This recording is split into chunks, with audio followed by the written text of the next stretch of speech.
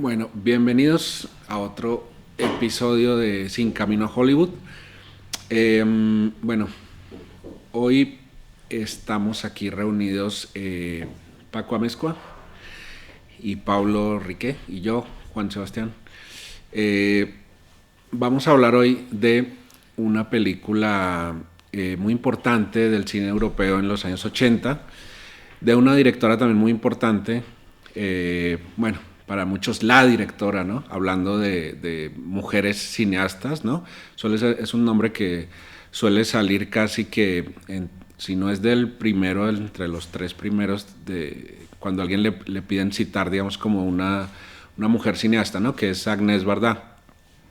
Vamos a hablar de su película Sin Techo ni Ley, probablemente una de sus películas más importantes y seguramente una de sus más destacadas en esa etapa, ¿no? En los años 80, después, digamos, de su participación en la Nueva Ola Francesa y de su serie de documentales, muy metida en el documental experimental como en los 80, esta película más específicamente, digamos, en la ficción narrativa muy particularmente. Y bueno, una película también hecha por una mujer sobre las mujeres, ¿no? Que también es interesante verlo de esa forma, ¿no? Bueno, le doy la palabra a Paco, que nos va a mencionar, nos va un poco a citar la ficha técnica de esta película para que tengamos unos datos precisos como para darle inicio a nuestra conversación, ¿no? Ok, la película se llama Sin Techo ni Ley. Es el título literal que tiene en francés como en español, pero bueno, creo que los americanos le pusieron Abandoned. Dirigida por Agnès Varda, escrita por Agnès Varda. La protagonista es Sandrine Bonner, que la veremos en un montón de películas francesas a lo largo de la vida. Es producida por Ori Milstein. La música es de Joanna Brudowitz. El fotógrafo es Patrick Blossier. Y está editada, que es una cosa medio no tan común en la filmografía de Varda, por Patricia Maisui y por ella misma. Y pues creo que eso es lo importante de la ficha técnica, ¿no? 1985, Francia. Ok. Bueno, un poco para como abrebocas para la conversación. Bueno, a mí me interesa mucho esta película porque, digamos que, bueno, una de las cosas que anoté aquí, Agnès Varda, digamos que un poco, yo siento que de cierta manera muy en la línea de Godard, hizo este proceso muy similar como de iniciar y de hecho, bueno, tengo entendido que incluso eso se reconoció mucho tiempo después, incluso la primera película formalmente la nueva ola francesa la hizo ella, que se llama La Punta Corta, creo, Le Point Court en francés, ¿no? Algo así. Que eso fue por el mediados iniciando la segunda mitad de los años 50, ¿no? Antes de Sin Aliento y 400 golpes, todo eso, ¿no? Entonces, estamos hablando, digamos, como de ella es una precursora en muchos sentidos, ¿no? En ese sentido, ¿no?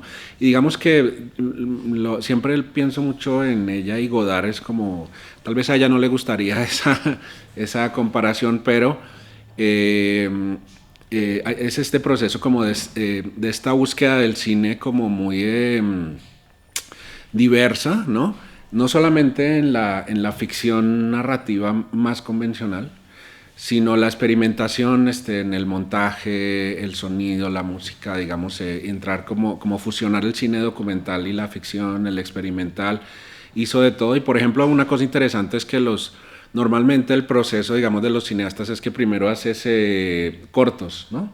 Como esta especie de ejercicio para empezar a hacer largos, ¿no? Y ella, pues un poco con cierta formación en las artes plásticas, siempre siguió haciendo cortos, siempre pensó en los cortos como una presentación distinta del cine, ¿no? Como si en la pintura estuviéramos hablando la diferencia entre retratos y paisajes, ¿o no? Mural, ¿no? Exacto.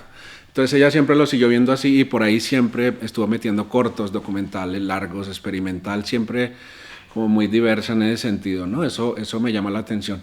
Y en esta película me parece que explora, de cierta manera, por lo menos me pareció como en el tratamiento visual, ¿no? Siempre había estos movimientos de plano en el que, claro, tenemos la road movie, que es este recorrido de esta mujer que va un poco a la deriva, ¿no? Y es esta cosa como de esperarla, ¿no? Como que viene caminando el personaje y lo recoge y luego sigue y luego termina como en una especie de imagen que pareciera que estuviera haciendo como a veces sentía yo que estaba haciendo como, es como un pequeño cuadrito de un detalle, ¿no? Como que cerraba en algo, ¿no? Entonces ese tipo como de inserciones de otro tipo de cine que también ella practicó, eso me parece interesante. Ahora, hablando específicamente de la película, yo destacaría mucho la actuación de Sandrine Bonner, me parece muy destacada, o sea, y bueno, después hay una película que es la última que hizo Agnès, que se llama Varda por Agnès, que es un poco Agnès la mujer o la persona hablando de Bardal la cineasta, ¿no? Entonces, y tú en esa película hace un reencuentro con Sandrine Bonner muchos años después para como rememorar cómo fue ese proceso de realización de esa película. Y efectivamente fue para ella una cosa, todavía le salían lágrimas, ¿no? Todos estos años después, porque fue un proceso emocionalmente muy fuerte para ella como actriz, ¿no? Esta cosa sobre todo ella mencionaba esta primera parte de la película, que es, pues la película empieza como con esta estructura muy a los Citizen Kane, ¿no? Como del el evento que sucede y vamos a desentrañar qué pasó, ¿no? Cómo llegamos hasta allá, ¿no? Esta cosa de que la meten en la bolsa y eso ella decía que fue pues bastante fuerte, ¿no? Emocionalmente para ella, y me parece que la película es... me llama mucho la atención y yo plantearía una cosa interesante, y es que para mí, digamos, para dejarlo ahí en la conversación, es que me parece que el tema para mí es el asunto de la libertad. O sea, ¿qué tan libres? Yo siempre me pregunto después de que veo esta película, ¿qué tan libre se puede ser? ¿No? O sea, ella yo siento que trae el personaje, bueno, por lo menos, y en el contexto de la película, siento que viene con este espíritu muy hippie de los 60 y todo eso, pero como que ahora está en este mundo hipercapitalista en el que tienes que chambear o te mueres, ¿no? Y pensaba sobre la libertad, o sea, decir, tienes que agradecer, ¿no? Tienes que trabajar, tienes que someterte a unas reglas sociales y a unas reglas y la naturaleza misma no te permite simplemente ser. Eso me quedo pensando siempre con respecto a esta película, ¿no? Como que ella no, eso me parece interesante en términos teóricos del personaje, como que no es como esta cosa clásica de decir cuál es el objetivo del personaje, ¿no? Sino, aquí no sé, ¿no? Yo no podría definir claramente, y lo único que percibo es como estas ganas de ser tan libremente como sea posible ser, ¿no? Y digamos el mundo y la sociedad y la misma naturaleza pues no lo permiten, ¿no? Eso me quedé pensando yo, ¿no? No sé, ¿ustedes qué opinan? Sí, o el sistema, ¿no? O sea, para mí es una película de alta crítica social, ¿no? Y a mí es lo que me parece como lo medular de la obra, porque siento que es una película que no le está hablando a la emoción, ¿no? O sea, no es una película, no es el típico relato, por ejemplo, en el cine norteamericano, que te plantea un personaje con el que te vas a identificar, ¿no? Con el que vas a generar empatía, con el que te vas a encariñar, aunque sea un hijo de la chingada, debe de haber algo que con lo cual empatices con el personaje, y aquí no, al contrario, o sea, es decir, después de que se plantea la muerte de ella y que vamos hacia el pasado, tenemos un personaje pues malagradecido, de malos modales, apestoso, ¿no? Sucio, pero vas viendo el retrato de los demás y es como de pronto como una galería de defectos, ¿no? De vicios sociales, pareciera que no hay a qué irle, ¿no? O sea, a lo largo de la película hasta cierto punto hasta los niños son horrendos, ¿no? O sea, ella, el único, pasa toda la película y el primer gesto que tiene amoroso o amistoso es hacerle una caricia a una niña y la niña se voltea, ¿no? Dices, hasta la niña es desagradable, ¿no? Entonces sí, me parece que hay como una crítica a la sociedad, ¿no? Ya después justamente de ese momento empieza como un mayor matiz, ¿no? En los personajes, ¿no? Porque hasta ese momento habíamos visto un camionero que le tira la onda de una forma muy agresiva, en fin, o sea, varios, ¿no? Este filósofo que vive como ermitaño, ¿no? Como granjero ermitaño, ¿no? Sí. Ya son como más positivos y a partir de ese momento la maestra universitaria, el tunés, o sea, es decir, vemos como un mayor matiz. Fue algo que yo, esta película no la conocía, la vi justamente para este momento y de pronto yo decía, bueno, sí, de pronto la crítica social, pero creo que está muy cargada hacia lo negativo y ahí encontré como mayor equilibrio con respecto a la realidad, ¿no? O sea, de no todo blanco, no todo negro, ¿no? También creo que el montaje sirve mucho para eso, para no clavarse emocionalmente, ¿no? O sea, es decir, el carácter de la música que es como más caótico, como si nos hablara como del mundo interno de ella, ¿no? Sin contarnos a profundidad su historia, ella funciona como un iceberg donde solo se ve la punta y sabemos que fue secretaria, que estudió idiomas, que hizo el bachillerato, que hubo un momento en el cual tuvo una relación, digamos, más acorde con el sistema y que después ya la vemos completamente en ruptura. Sí.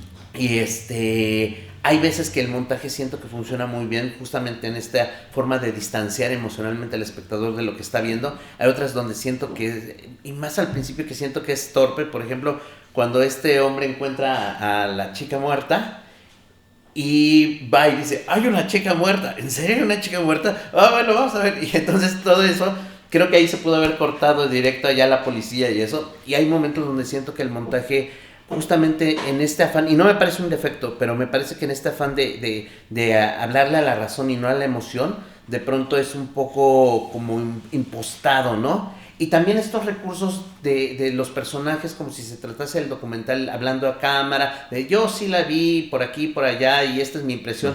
Me gusta, por ejemplo, cuando hay contradicción entre lo que dice, creo que es un mecánico, y lo que vimos, sí, lo que sucede. Y me recordó completamente, no sé si sea una coincidencia o una influencia, yo creo que es una influencia por el contexto de Bertolt Brecht, ¿no? Del distanciamiento brechtiano, de pronto parar la acción para que no te claves emocionalmente en lo que estás viendo, sino que pienses en lo que está sucediendo, ¿no? De una forma crítica. Y no sé, me gustaría como dejarlo ahí de momento. Paco. Sí, sí. La libertad, ella representa para un montón, es como, de repente cuando la vi, pensé un poco en el personaje de Teorema, que llega y como que por donde va pasando va tocando a todos los demás si algo hace o los mueve o los... Entonces lo que ella representa bueno, esta película la filmó Agnes Barda en una como aldea y hay un montón de no actores, ¿no? Sí. Pero muy bien dirigidos. Sí.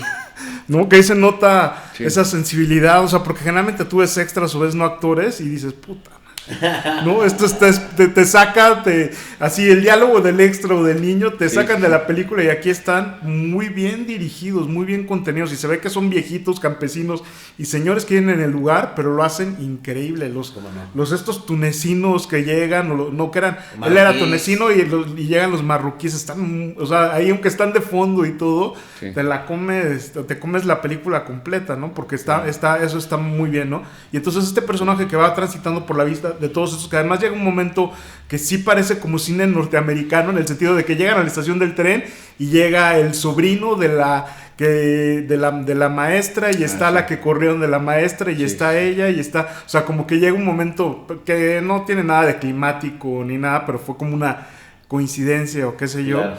Entonces sí va tocando sus vidas y pues eso, tiene este formato muy interesante que es como de un falso documental donde las personas te hablan a cámara, inclusive empieza con una voz en off de una personaje que está hablando sobre ella y que la conoció Agnès, y que ¿no? la vio. Es ella, Ajá, es Agnès ajá. la que habla ahí, ¿no? ¿No?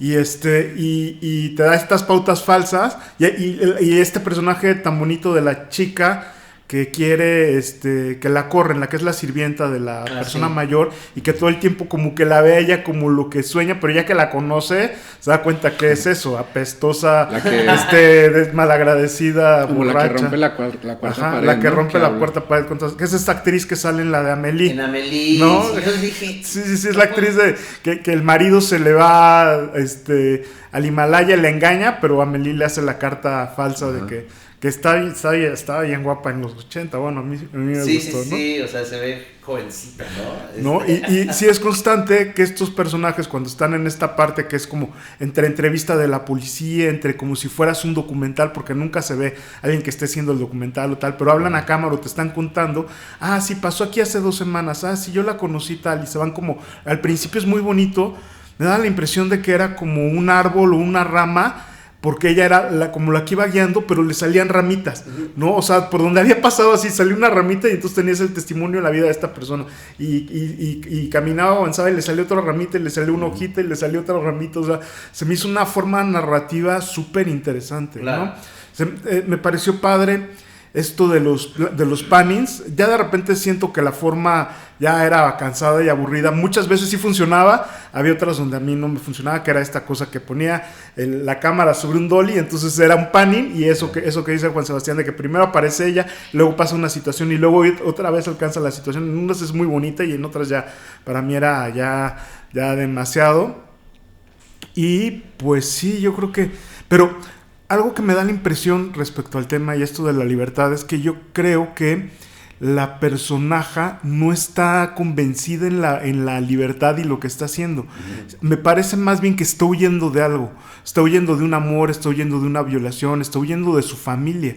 O sea, es demasiado joven Puede ser, ¿no? para estar tan amargada o para tener... Sí. O sea, hay una carga y un dolor. Esta cosa de que de repente llega con unos albañiles y se sienta al fuego de los albañiles y se pone a llorar, pues no te habla de la libertad. Y bueno, pues de repente hay personajes, pues eso, que lo representan. Sobre todo este filósofo campesino, cabrero, o el que cuida las cabras, que de repente pues eso habla con ella y hace la reflexión sobre qué es la libertad y que entre más libre, más solitario, y que todos sus amigos que fueron homeless acabaron muertos o drogadictos, alcohólicos, locos. murieron jóvenes, ¿no? Que la soledad o esa vida tan ermitaña pues no es lo que va, ¿no? Entonces yo creo que sí, tampoco lo había pensado tanto, pero creo que sí tiene que ver con que ella representa la libertad para otros, pero en realidad ella no tiene la libertad. No pasa esto de que esta cosa, es que soy hippie o soy fuera del sistema y entonces yo no gasto, yo vivo del mundo, ¿no? De la naturaleza. En realidad no vives de la naturaleza, vives del trabajo de otras personas,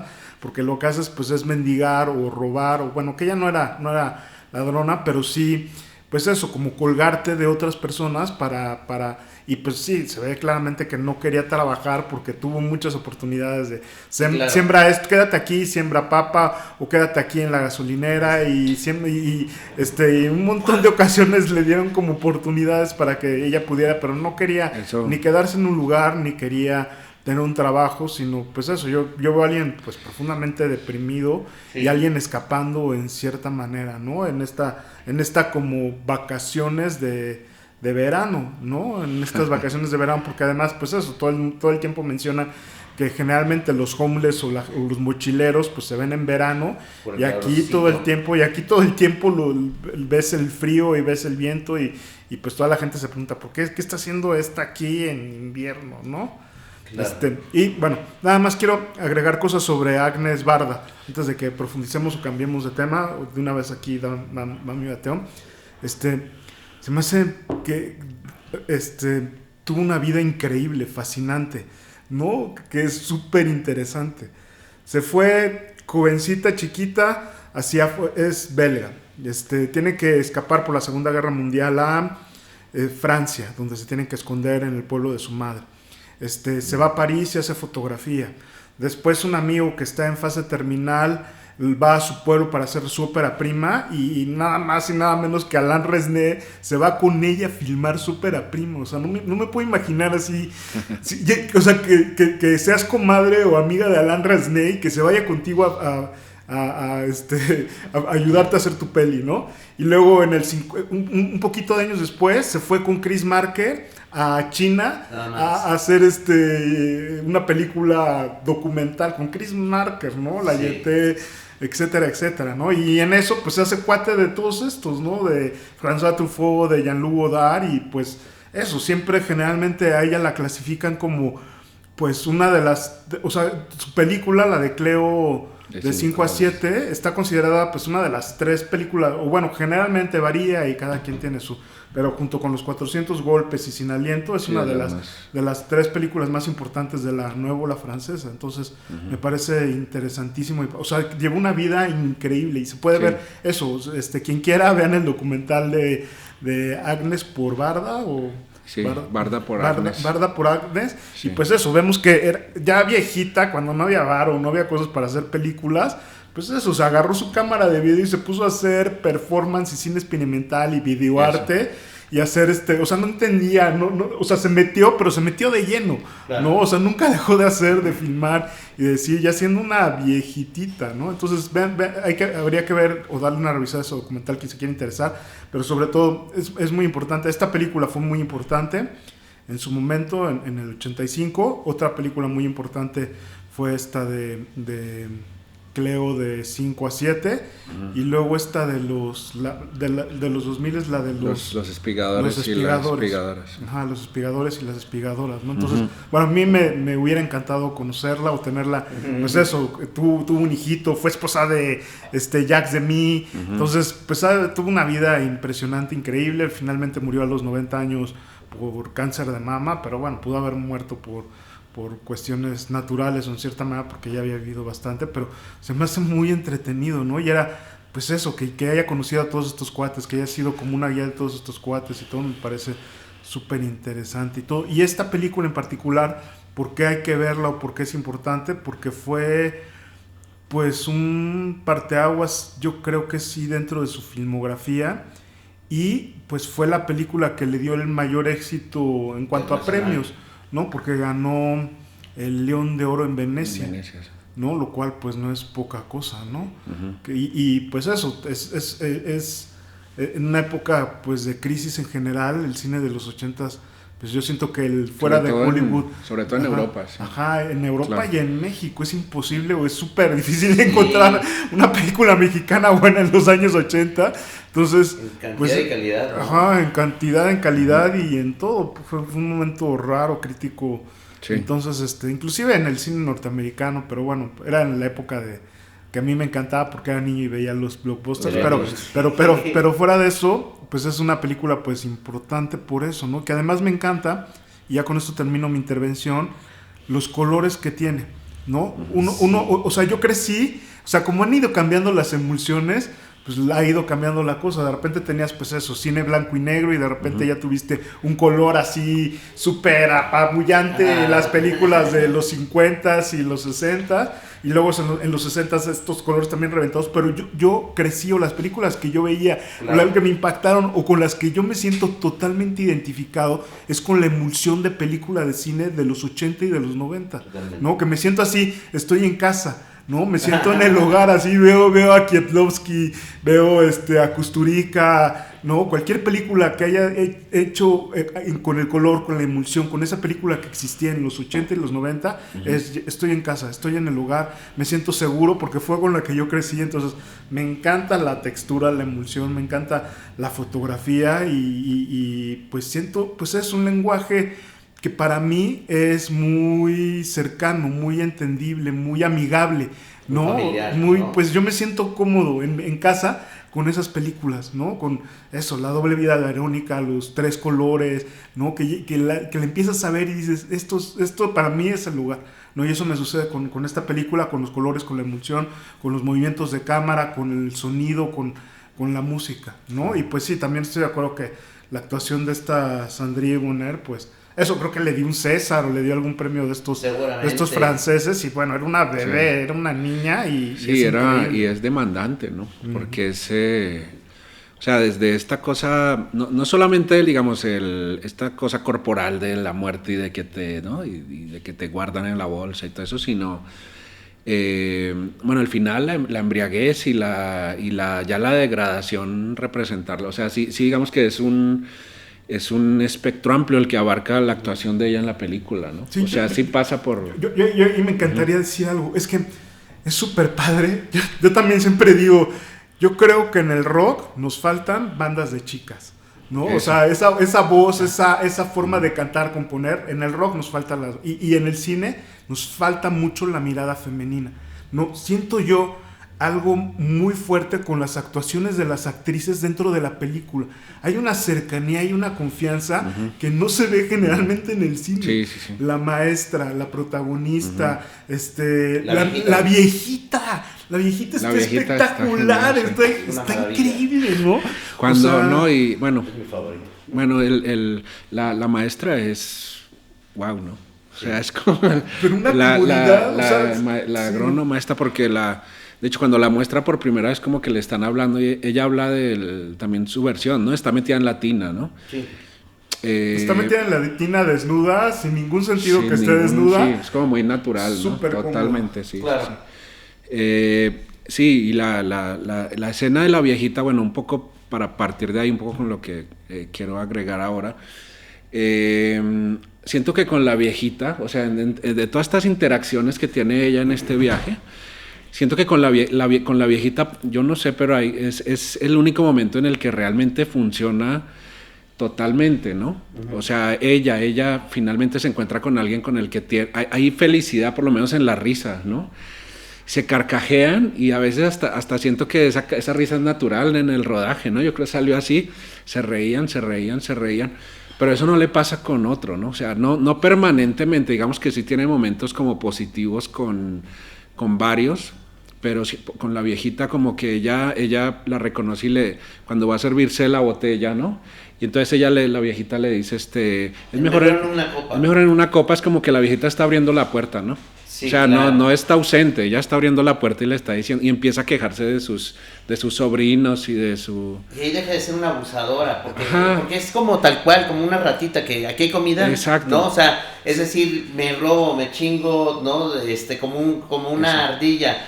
Y exacto, ahí es el único momento donde es invitada, ahí encuentra algo que no encuentra nunca, ¿no? Claro. Como en otra cosa, ¿no? Y después, aunque después se va y bueno, me gustan esos gestos que tiene, que se avienta los zapatos, ¿no? Se va, pues me vale madres, ¿no? Así como... No porque esté, o sea, ella tiene un montón de recursos, como actriz está extraordinaria, ¿no? Bueno, yo diría un poco, bueno, a propósito de Resnais, hay una película que también bien recuerdo mucho, no sé si la han visto, que se llama... una de sus muy iniciales, que se llama El signo del león, que es un tipo que tiene deudas, y es igual un proceso de degradación igual que ¿no? Pero en la ciudad. Entonces, haz de cuenta, es como si tú te quedas jodido, pero aquí en México, ¿no? En la Ciudad de México, y estás caminando por el centro y de repente como que el cemento te traga y te convierte en indigente, ¿no? Entonces, un poco ese proceso se me hizo similar, pero aquí como que la naturaleza la va... Es como si fuera, ¿no? Exacto, es como si fuera como si el musgo se tragara algo, ¿no? Sí. Y la va matando lentamente, ¿no? Y la va desposeyendo, porque después no sabes dónde está su mochila, tú siempre la ubicas con su mochila y su carpita y ¿no? Y después no sabes, ¿no?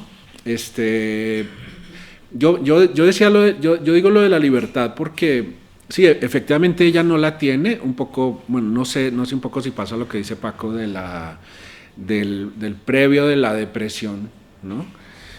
O sea, sí, obviamente la actitud de ella abre como una perspectiva con respecto a su pasado, ¿no? Y ella dice cosas, ¿no? Lo que tú dices de que no, yo estudié hice el bachillerato técnico de no sé qué, y hice inglés, y la otra le dice, ahí es una de las oportunidades que deja ir, ¿no? Que le dice, hubieras podido ser aquí la traductora, en el congreso simposio, ¿no? ahí Está que ahí. estuve, ¿no?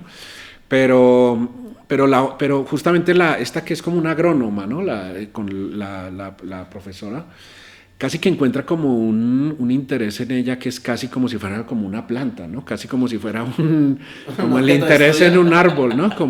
Y le platica a los demás como, ahí la tengo en el coche, y la describe como si estuviera describiendo el comportamiento de una planta que echa raíces, ¿no? Claro.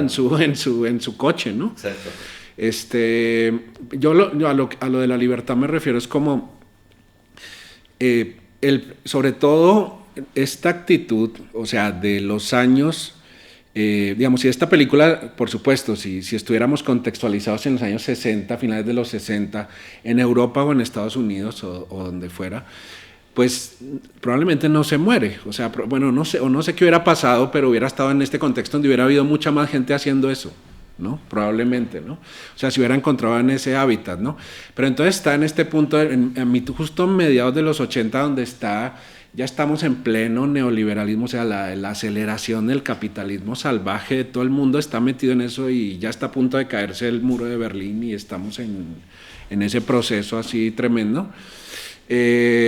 Siento que yo sentí que la película plantea como es esta cosa de que tienes que dar las gracias, ¿no? O sea, lo correcto, o sea, con respecto a lo correcto, lo que decía, los modales y todo eso, ¿no? O sea, como tienes que pedir permiso, tienes que dar las gracias, tienes que hacer tal cosas y de cierta manera hay un montón de cosas que se empiezan a asumir o ella las asume constantemente como una carga.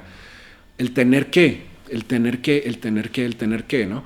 Y el trabajo, que es una cosa que hasta los surrealistas, en la de Buñuel ¿cómo es que se llama esta? Tristana, que es una de las que hizo en Francia, que está el viejo, ¿cómo es que se llama este actor? El español. ¿Quién Rey? Fernando Rey está tirado así ya enfermo, entonces hay un chavito que lo está atendiendo y le está llevando cosas, ¿no? Y él le dice, pues mira, yo tengo una vida desgraciada y no sé qué, y pues estoy enfermo y todo eso, pero por lo menos no tengo que trabajar, ¿no? Le decía, pero ese es un discurso muy de los surrealistas, como de, que siempre era como esta cosa, de los surrealistas de los 20, ¿no? O sea, que era Buñuel, esta cosa como de liberarse de cualquier tipo de atadura para poder expandirse completamente en términos del ser y de la imaginación y de todo, ¿no? Entonces, ella hace sea como sea, digamos, sea voluntaria o involuntariamente, ella está haciendo un planteamiento de personalidad que es, yo no voy a trabajar y quiero estar bien, ¿sí? O sea, es una cosa tan simple como eso, ¿no? Quiero pasarla bien, quiero estar bien y ya. Y entonces se encuentra, hay una cosa interesante, que hay un par de personajes con los que se cruza, con los que liga, ¿no? Uh-huh. Con el otro hippie el que tiene la cadena aquí con el candado, ¿no? Sí. Que tiró la llave. Y el otro güey que era como cuando ya estaba ya totalmente ya los ocupas, ¿no? El que aparte era como un proxeneta, ¿no? Sí, es maleante, es malilla. Pero estos güeyes también había vagos que eran hombres, y eso me parece que ella lo pone ahí muy intencionalmente, como encontrarla con otros que están en un plan similar, pero después vemos que estos güeyes sobreviven, porque cuando ella está en la estación esta que está el alumno de la maestra y le dice, la estoy viendo y me da asco y no sé qué, ¿no? Eso está muy cañón, como habla de ella ahí, ¿no? Que ella está vomitando atrás, ¿no? Sí. Y entonces siento que, y después pasa el otro tipo, ¿no? Pasa como si nada el otro. Sí, el hippie. El hippie pasa después, o sea, este güey se lo madrearon y todo. Ahí cuando entraron a robar, los que se entraron a robar la casa donde ellos estaban ahí. Pero ellos sobrevivieron, ¿no? Entonces yo siento que ella está poniendo un punto ahí con respecto, sí, al feminismo. O sea, sí está diciendo, no es solamente que seas antisistema o que estés en contra del sistema, sino que también si eres mujer está más cabrón todavía. A lo mejor si te mueres, si eres mujer, es un extra y ahí sí ya es una situación más grave todavía, ¿no? Pero acuérdate que hay también otra chava que dice, ay, pero la mandé a volar porque salía con sus rollos de que me daban hueva, Eso. ¿no? O sea, es que a mí me parece que esta Agnés también tira como unos ganchitos que son provocadores para el espectador. O sea, de decir, por ejemplo, tienta a mucha gente y seguro muchos caen en la tentación. Yo se la paso a los chavos en la escuela y muchos caen en la tentación de decir si es feminista o no.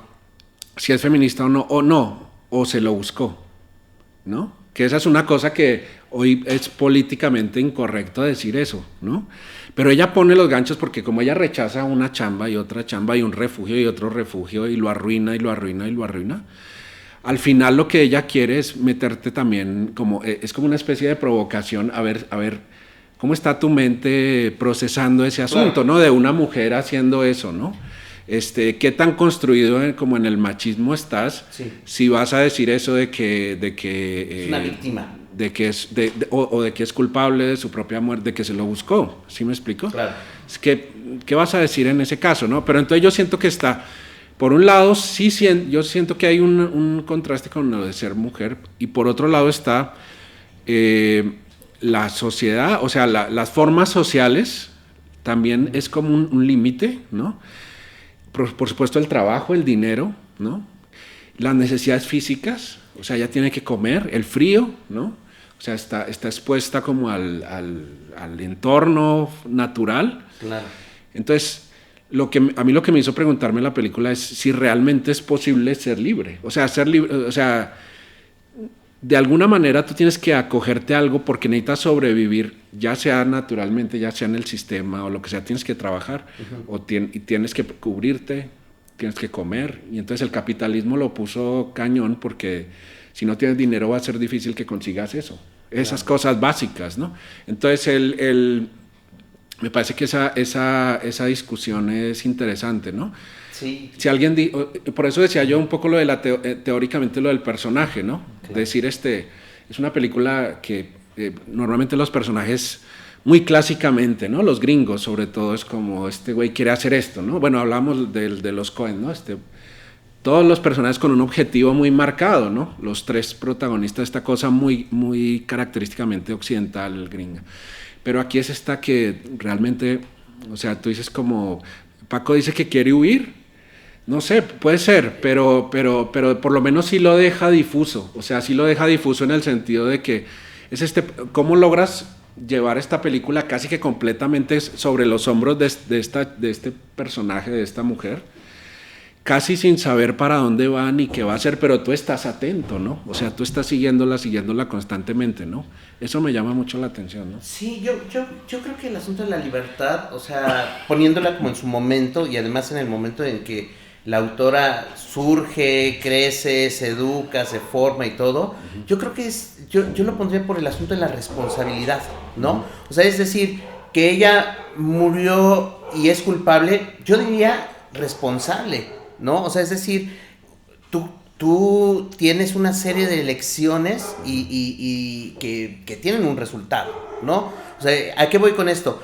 En los 50, 60 fue donde creció la popularidad del existencialismo, ¿no? Y entonces el existencialismo tal cual plantea que tú eres responsable de tus actos, seas mujer u hombre, tú eres responsable de tu realidad, ¿no? Sí. Y tú eres quien, no hay una esencia que te determine, ¿no? O sea, lo que planteaba Platón, Aristóteles, de la esencia del ser humano, si es bondadoso o no, si la maldad tiene una sustancia o no. Aquí hay una cuestión existencialista de tú eres responsable de tu existencia y de quién eres, ¿no? Y entonces, sí, su muerte es responsabilidad de las acciones que comete. Y a mí eso me parece fuerte, pero a la vez me parece bello, ¿no? O sea, de lo que no hace, de lo que hace o de lo que no hace, ¿no? Así es, y ella tiene una postura, o sea, por ejemplo, en ella, a diferencia, por ejemplo, de los hippies que son más idealistas o ingenuos, ¿no? Yo creo que ella, antes que tener una postura ideológica clara, emocionalmente ella es nihilista y como tiene una postura adversa con respecto a la sociedad, ¿no? Solo en algunos momentos, ¿no? Con la viejita, con el tunés, ¿no? Con esta niña. Nada más te iba a decir, hay un momento, es que se me pasó eso, cuando se encuentra con el granjero, cuando tienen una conversación, cuando ella se va definitivamente, que él es filósofo, ¿no? Y entonces él le dice, tú tienes una educación, yo si tuviera tu educación no estaría aquí. Pero él le dice, yo soy marginal, o le dice ella, algo así, ¿no? O antisistema, o no, soy marginal, algo así. Y entonces él le dice, eso me quedó muy grabada esa frase, le dice, no, tú no eres marginal, tú no existes. Tú no existes, exactamente. ¿No? O sea, ella no está inserta en esa lógica. Sí, no tiene una postura ideológica que esté defendiendo, o sea, por ejemplo, amor y paz, ¿no? O estoy en contra del capitalismo, no, o sea, ella está sobreviviendo de una forma algo salvaje, ¿no? Eso, por ejemplo, lo puedes ir viendo en sus zapatos, ¿no? O sea, tiene unas botas que no es un azar, en algún momento se le rompe y ya la lleva como con cierto remiendo y luego ya son las dos, parecen así como botas de a la Napoleón, pero mal, ¿no? O sea, con este dobladillo hacia afuera y ya llega un momento en que sus pies ya no dan para andar el camino, ¿me explico? O sea, y todo es producto de la responsabilidad de los actos que comete, ¿no? Independientemente si es mujer u hombre, los seres humanos somos responsables de nuestros actos, ¿no? Y creo que es el planteamiento existencialista que tiene esta película y que a mí me parece muy fuerte y me parece muy, muy, muy, muy elocuente, ¿no? Yo generalmente soy de un cine más emocional, ¿no? Y creo que esta película no está exenta de emoción, ¿no? Exenta de que toque tu corazoncito, pero sí creo que es una película que es diferente, no solo en su forma, sino también en cómo elabora la sustancia, el discurso. O sea, es decir, por ejemplo, el cine más clásico tiene una premisa, se dice algo de el mal nunca paga, el crimen nunca paga, o no sé, y yo creo que aquí el personaje sirve como un pretexto para justamente como un árbol ir tocando otros mundos, personajes, aspectos, estratos sociales, y que al final muere, ¿no? Al final muere como la vida, o sea, la vida, a diferencia de la ficción, pues no tiene una premisa, ¿no? Y creo que ahí es donde se acerca como en un intento naturalista de reflejar la vida como más, el cine, reflejarlo de una forma más fidedigna a la realidad. Y ya nada más para concluir, quisiera mi intervención, no la hagas así, ya esto es mi tipo. No, o sea, esta intervención es que yo creo que también es importante observar que la película representa un carácter muy europeo y en particular muy francés. O sea, los franceses son muy hoscos, ¿no? Se pueden tomar hasta como déspota, ¿no? Solo que esta chava sí está un poquito arriba del estándar, ¿no? O sea, pero sí son muy directos y puede eso ser como incómodo, ¿no? Como la niña que así se voltea de, no me hagas una caricia, tú ni te conozco, ¿no? En fin. Sí, bueno, no sé, ¿no? Bueno, a mí me parece que ese... a mí sí me conmovió un poco, o sea, sí me hizo pensar muchas cosas, ¿no? O sea, sí, o sea, lo de la responsabilidad, todo esto, pero digamos, me quedé pensando en esta cosa de que sí existe, o sea, la idea que sí me refuerza un poco es como de que sí es posible que, o sea, supuestamente en un mundo muy diverso en el que todo el mundo tiene cabida, como es lo que plantea el capitalismo o el sistema o el orden social en general, más allá de los sistemas políticos, pues resulta que hay gente que si toma ciertas decisiones o no hace ciertas cosas, no la arma, ¿no? Claro. Eso me quedé pensando, ¿no? No sé, Paco, ¿qué dices? Pues es que en realidad sí siento que estoy de acuerdo con ustedes, pero sí también apoyo o creo que sí la tenía mucho más difícil por ser mujer y que también, aunque sí es parte de su responsabilidad, lo que sucede también está en un contexto y está rodeada de un tipo de cosas que también son culpables de que esas cosas sucedan, ¿no? Claro. La desigualdad o El la falta de camionero, ¿no? oportunidades. Es una provincia también, ¿no? Más conservadora, seguramente. Sí, sí, ¿no? sí. No, y bueno, evidentemente en el caso de la violación, pues es algo que pues no debería de pasar jamás y que no es responsabilidad de ella, sino, sino es la maldad con la que se topa o se encuentra en ese momento, ¿no? Pero sí insisto, o sea, yo creo que para mí es muy importante y es muy padre que esta mirada femenina pues nos hace un chorro de falta en el cine, ¿no? Sí, claro.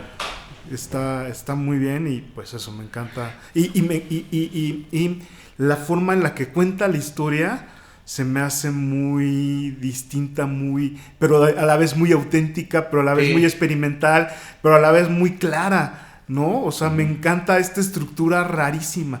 Algo que tiene que sí te pasa al siguiente episodio y ya te va dando, es como estos disolvencias a negros, ¿no? Claro. Que hace, pero está muy padre eso, que no hay como la ves aquí y luego ya la ves más adelante, como raro, o sea, no es un lenguaje, una estructura dramática convencional, no es una estructura dramática, pues en cierta medida contemplativa, pero donde suceden un montón de cosas a cada momento que ella sucede, no se me hizo para nada aburrida ni pesada, y sí, yo quería averiguar y quería saber qué más podía pasar o qué iba a suceder, y pues es todo este corolario. Si vemos la ficha técnica, pues son decenas y decenas de personajes con los que se va topando en diferentes momentos, que la van tocando y que van modificando pues todo esto. Sí, hay una cosa que tiene que ver un poco como con el sobretono, ¿no? Teóricamente, o sea, como esta cosa de que yo extiendo esta circunstancia al máximo, y obviamente sí genera una expectativa. Tú piensas que hasta dónde va a llegar, ¿no? Es como en Close Up, la de Kiarostami, cuando el taxista que está esperando, hay que patear la lata, ¿no? Patea una lata y se va la latita rodando, y es una pendejada, pero tú quieres ver hasta dónde va a llegar la lata, ¿no? O sea, claro, es un poco así, ¿no? O sea, te genera, digamos, como esta postura tan simple de ella, o sea, de decir, no voy a trabajar, pero quiero sobrevivir, ¿no?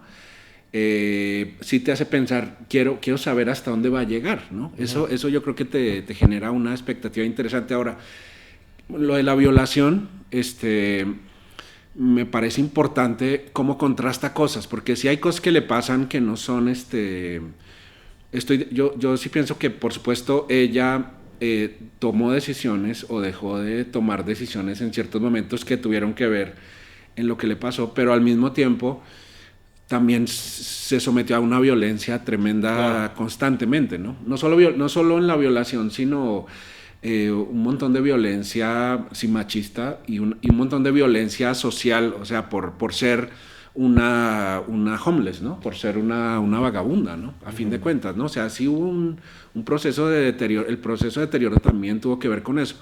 Y de hecho es muy interesante que esta mujer, la maestra esta de agricultura, que la llevaba muy bien con ella, ¿no?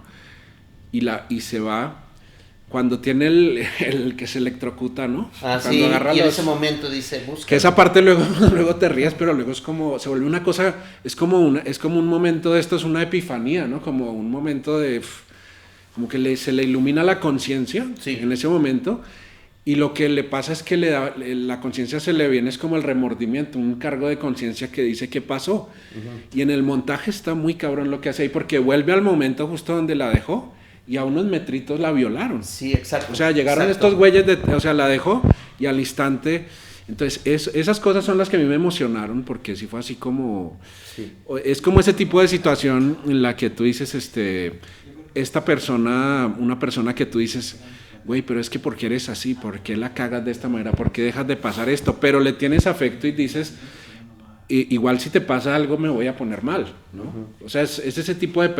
para mí es como ese tipo de persona, yo lo percibí así al personaje, ¿no? Como alguien que es muy cagante y que hace, y dice, ay, güey, pero o sea, ¿por qué no te aplicaste? ¿Por qué no fui? O que eso le pasa a uno con gente cercana siempre, ¿no? Que uno dice... Que es juzgar, ¿no? A fin de cuentas, juzgar. Y que dices como es como si dijeras a alguien, güey, pero ¿por qué no fuiste? Como cuando la mamá le dice al hijo, güey, ¿por qué no fuiste a la entrevista de trabajo? Claro. O sea, ¿por qué no fuiste, güey? Hubiera sido a lo mejor, pues, no, es que eso no es para mí, o no sé qué.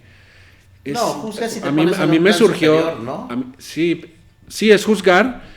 Por un lado es juzgar, o sea, por un lado es no tener la información completa de la otra perspectiva, pero por el otro lado sí siento que es como así hay un cariño honesto, ¿no? O sea, cuando tu mamá te dice algo así, uno tal vez cuando era más chavo no era consciente de eso, pero después sí, ¿no? Claro. Como de, si te lo está diciendo es porque hay una cosa ahí de cariño y de que necesita que estés bien y pues...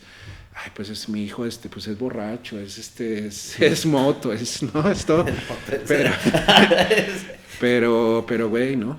A mí lo que más me emocionó, más bien lo que más me conmovió de la película fue el personaje que es como, sí, tal cual, como un gato brioso, ¿no? Uh-huh. Y de pronto la necesidad de cariño. O sea, así como hay una necesidad de alimento y de cobijo, también... Cuando le hace el cariño al tunecino, ¿no? Que sí, le toca la mano y le toca la mejilla, ¿no?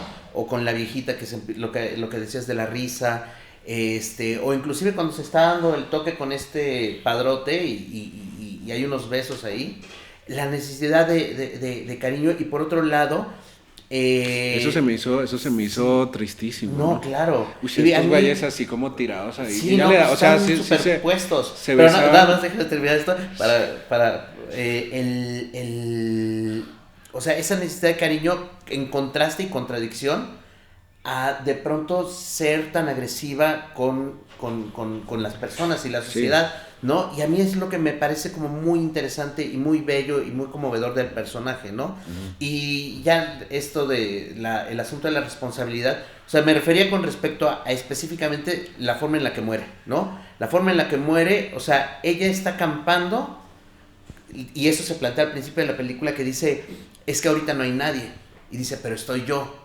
Y yo quiero estar acampando, aunque no haya nadie, ¿y por qué no hay nadie acampando? Pues porque el clima no lo permite, ¿no? Entonces, si tú vas a acampar en ese clima, pues es tu responsabilidad, ¿no? O sea, y que puede pasar algo, y lo que sucede, y me refiero específicamente a la muerte, es cómo acaba, ¿no? O sea, que sí es una consecuencia de... Pero igual tampoco tenía... ¿Qué más iba a hacer? O no sé. No, o sea, es decir, pues no acampas en esa época o no en esa región, ¿no? O sea, es un asunto de responsabilidad. Yo siento que el invierno, digamos, el más crudo por lo menos llega en la película, ¿no? O sea, siento que ya tal vez esperaba que las cosas se resolvieran de otra forma antes de que llegara lo más crudo del invierno, pero le agarró el invierno y pues ya no pudo, ¿no? Lo que pasa es que viene huyendo del incendio, me parece que viene del incendio, sí, regresa con este güey, ¿no?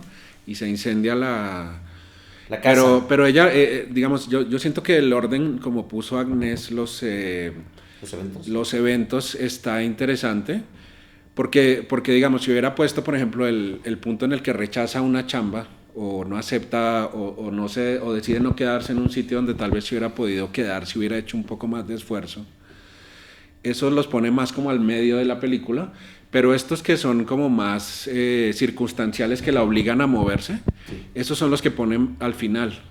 Entonces sí te deja como digamos que es más interesante que lo ponga así, porque finalmente es como si fuera como si la empujara a la muerte, como si la situación la empujara a la muerte finalmente, ¿no? Uh-huh. Pero obviamente tienes esos eventos del medio, ¿no? O sea, porque tiene lo del el tunecino y los marroquíes la corren, ¿no? Sí, el incendio, ¿no?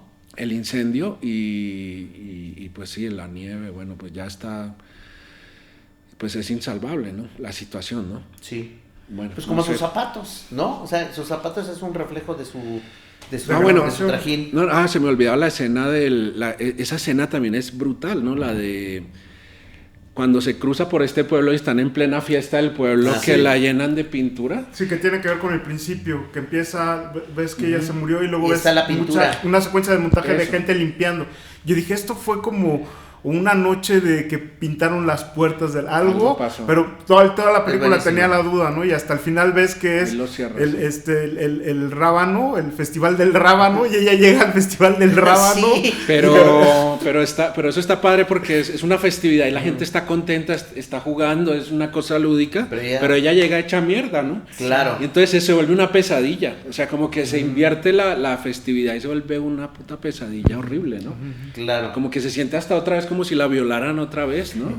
Y ahí yo creo que, igual voy a decir algo polémico, pero ella llega a algo que no entiende, ¿me explico?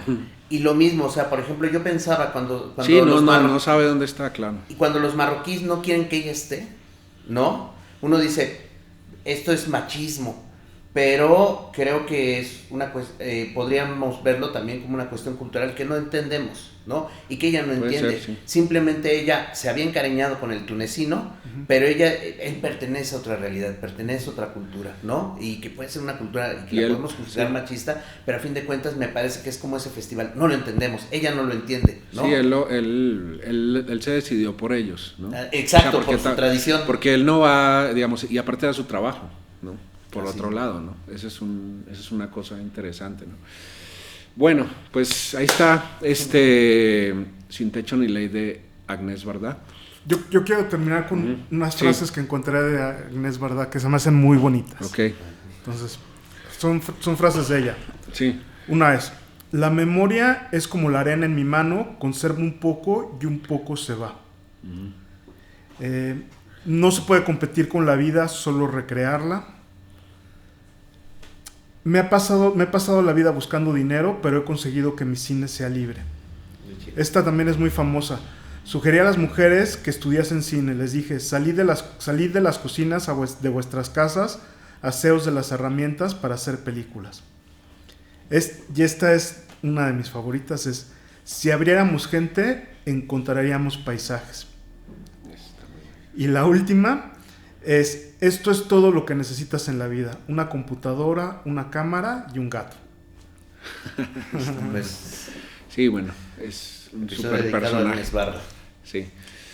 Bueno, pues eso es todo, ¿no? Nos vemos en el próximo capítulo y bueno, pues que descanse en paz allá Agnès Varda donde quiera que esté. Gracias.